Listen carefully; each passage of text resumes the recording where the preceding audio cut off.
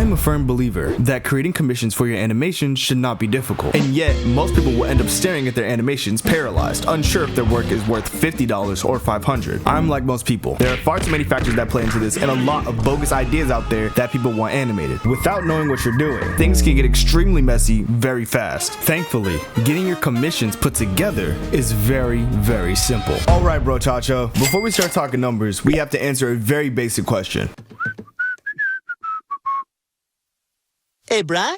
Yeah? What are we even selling? Yes, we know it's going to be animations, but animation itself is a massive sea, and we're just one person in a rowboat with a software. So with that said, what are we going to animate in order to sell and make money? Full cinematic scenes, maybe cute little emotes for streamers, lo-fi background loop animations are pretty cool, and of course, whatever the case may be, you need to start thinking of products to stock your commission store with. There is a near infinite list of things you can create to sell in animation, and to be honest, the only real limitation is what you're capable of. If you can draw or model human figures very, very well, but animals not so much, then I would not recommend putting cats and dogs on your I can do this list. Same thing goes for cute projects and backgrounds. You want to make sure that you are clear about projects that you will and will not do. So in summary, step 1 is to create a list of things that you can do in your sleep. Sell what you're good at. Make it easy on yourself. Now that we know what we are selling, it is time to introduce the chapter that makes everyone's palms very sweaty.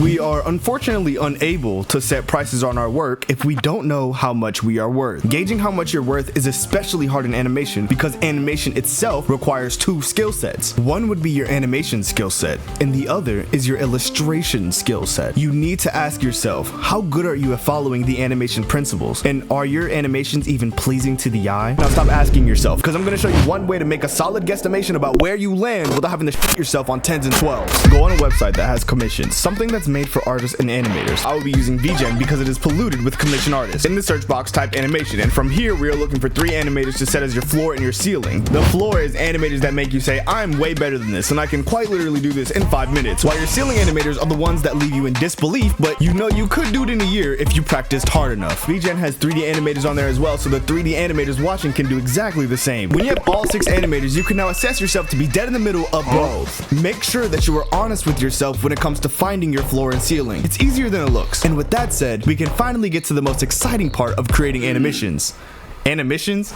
Holy shit. Money, for most people, should be the easiest part of setting up your commissions. And yet, I see people charging peas and carrots for full cinematic animations. Understandably, in some countries, it's a cheat code to use another country's currency, but you are selling yourself for a roll of toilet paper. Please pay attention. When considering what to price your animations, the first thing that you should be looking at is those 6 animators we talked about earlier. The floor animators on your list should be the non-negotiable safety net. These are the prices that you will not go under. Same goes for the ceiling. You do not want to overcharge your clients because no, that's bad. Stop it. You can't do that yet. That being said, your prices can begin to increase or decrease drastically depending on 2 very simple key factors. One of them being, how long does it take you to finish a frame? It is extremely important that you know your speed so you don't accidentally trap yourself in a 40-hour project for $20. Being on Clip Studio Paint, it comes with a built-in timer, so you can go into any one of your previous projects and see how long it took you to complete it. But for a figurative example, if it takes you 2 hours to complete 1 frame, then you need to charge accordingly. Let's say that your area's minimum wage is $7. Then for that 1 frame that took you 2 hours, it should be charged around $14. Understanding this, if your client wanted to give you a 15-second animation job and you are working at 24 frames per second on 2s and 3s, then you can expect an estimate of $84 per second of animation, or $1,260 for the full 15 seconds in total. The reason this is more of a figurative example rather than a literal one is because minimum wage is higher or lower depending on your area, and the complexity of the project is a part of the equation as well, which inevitably will rise the prices up to 3 or 4 thousands. But this very example brings me to my next key point. What are your commissions paying for? Replacement for a full-time job? Maybe saving up loosely for a vacation? Whatever the case may be, the reason needs to go into consideration when pricing your work. Now let's say it does go into replacing your full-time job. Unfortunately, you're gonna have to do a little bit of math again. Look at your rent,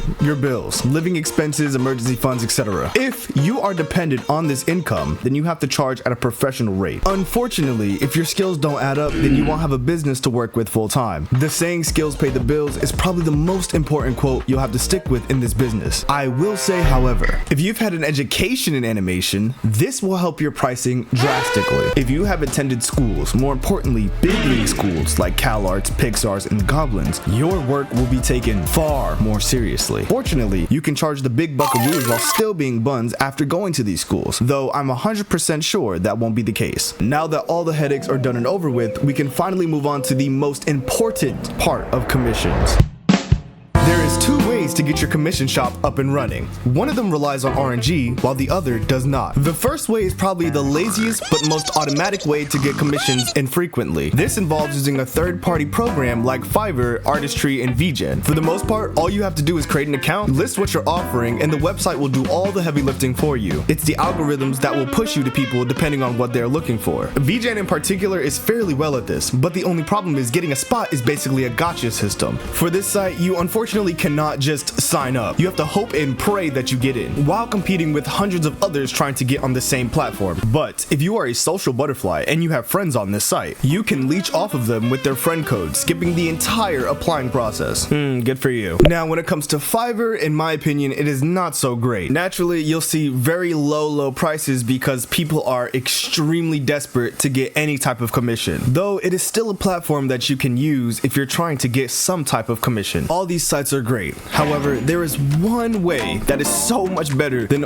all of these sites combined. I'm not gonna lie, this way can 100% replace a full-time job. And the only way to actually do it is by building your own gravity. You need to build your own audience from scratch. And to be honest, you don't even need that many followers to do it. You could be hovering around 5K on TikTok, and as long as you're making intriguing animations, you can get hundreds of commission requests, which, by the way, is far more than those inconsistent, passive, lazy sites. If you're not sure how to build an audience, I do have a video about how to fix your YouTube and build that audience. When it comes to consistency, you cannot get better than this, but using both methods will create a stronger presence for you to get more commissions. Eventually, you won't even have to rely on commissions to make money. Of course, these are all the do's. I only have one do not. The one thing that I cannot recommend is sending your portfolio to hundreds of people that are looking for commission. At that point, you are jumping into a war. You are competing against hundreds of others that are also DMing that same person trying to get money. And 9 times out of 10, you won't get a reply back. I believe it is better to put your effort into something that will last rather than you booty calling 100 people 100 times. But hey, that's just me. And with that said, I want to say thank you to our Demon Lord Reject Convenience